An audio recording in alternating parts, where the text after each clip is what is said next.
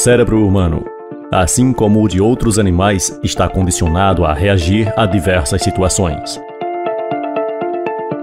Todos os reflexos humanos são involuntários, não aprendidos e totalmente previsíveis, segundo estudos científicos. Nosso corpo busca se defender naturalmente de ameaças impostas pelo ambiente em que vivemos. É só por causa do nosso reflexo que temos a capacidade de desviar de um obstáculo na estrada ou até mesmo de recolhermos a mão ao perceber que ela está em contato com fogo, por exemplo. Funciona mais ou menos assim. Sempre que há algum estímulo de alguma espécie, o nosso nervo raquidiano, localizado na medula espinhal, transmite a mensagem dos centros nervosos para os órgãos e vice-versa. Na medula ou no encéfalo, neuros associativos, centro nervoso ou coordenador, transformam o estímulo em uma ordem de ação. Essa ordem sairá da medula pela raiz nervosa central e será enviada através das fibras motoras ao órgão que realizará uma resposta ao estímulo inicial. Esse movimento forma um arco, que é chamado de arco reflexo. A ação, o autorreflexo, portanto, é comandado pela substância cinzenta do sistema nervoso. Partindo da substância cinzenta, a ordem neuroefetora atinge a substância branca da medula, passa para os nervos raquidianos, que atinge o órgão, determinando sua reação. Há reflexos que são comandados pela substância cinzenta da medula e são realizados antes que, como visto, o cérebro ou a consciência tome conhecimento deles.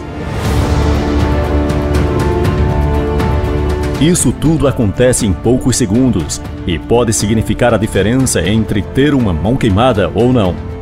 Nesse caso, o arco reflexo é simples, pois participam apenas o neurosensitivo e o neuromotor. Quando falamos dos relacionamentos entre as pessoas, muitas vezes reagimos igualzinho quando alguém bate um martelo no nosso joelho. Quase instantaneamente a martelada, em poucos segundos, nosso músculo reage e o nosso corpo se movimenta e pode ser até que a gente solte um grito de "ai, meu joelho!". Da mesma forma, quando alguém grita conosco, fala com sarcasmo ou nos deixa irritados, o nosso reflexo instintivo é devolver aquele tipo de tratamento na mesma moeda.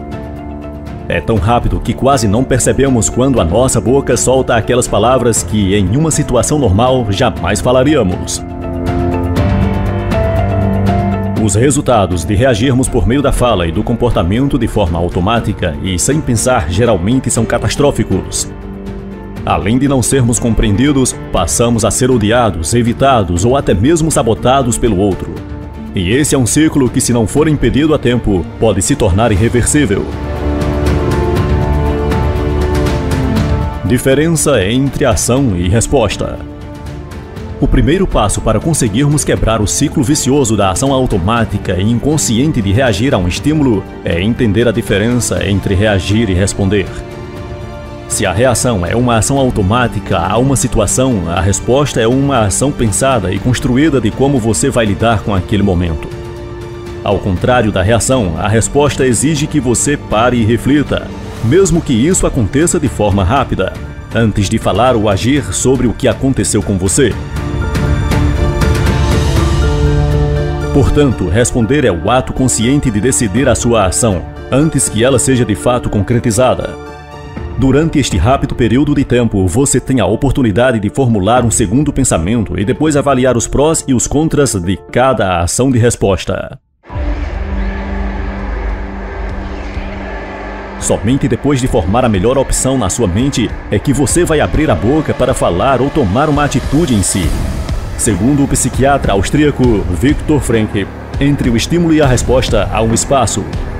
E neste espaço está o nosso poder de escolher nossa resposta.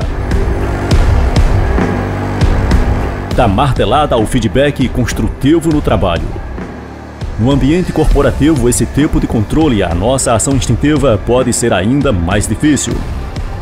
Uma pesquisa da ISMA-BR apontou que 72% dos brasileiros que estão no mercado de trabalho sofrem de alguma sequela causada pelo estresse. A triste notícia é que estudos também apontam que o Brasil é o segundo país do mundo com maior índice de estresse no trabalho. Entre as causas desse estresse, a pesquisa cita a competitividade exagerada, a pressão excessiva, metas inalcançáveis e sobrecarga de trabalho como algumas fontes possíveis. Dentre todas essas dificuldades, será que dá para amenizar as reações que temos diante de uma situação de alto estresse e cobrança por resultados, ou até mesmo quando um colega ou superior testa o limite da nossa paciência? Com certeza sim. É claro que essa mudança não vai acontecer da noite para o dia. Ninguém acorda de repente e, diante de uma discussão acalorada, sai de seu corpo próprio. Consegue simplesmente engolir o desaforo e controlar sua própria raiva tão facilmente. Mas assim como todos os comportamentos humanos podem ser modificados com treino e determinação, a nossa capacidade de responder melhor a essas situações pode ser aumentada. Uma das primeiras técnicas que podemos aplicar à nossa rotina e que vai nos ajudar nessa missão é a de adotarmos a comunicação não violenta. A CNV, como é chamada pelos especialistas, é a habilidade de ouvir mais e falar menos, literalmente.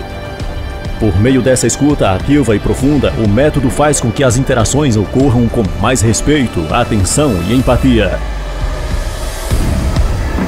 Por meio da CNV, passamos a ser mais observadores, entendemos melhor o contexto no qual a situação está inserida e, por consequência, escolhemos as palavras adequadas para esse contexto.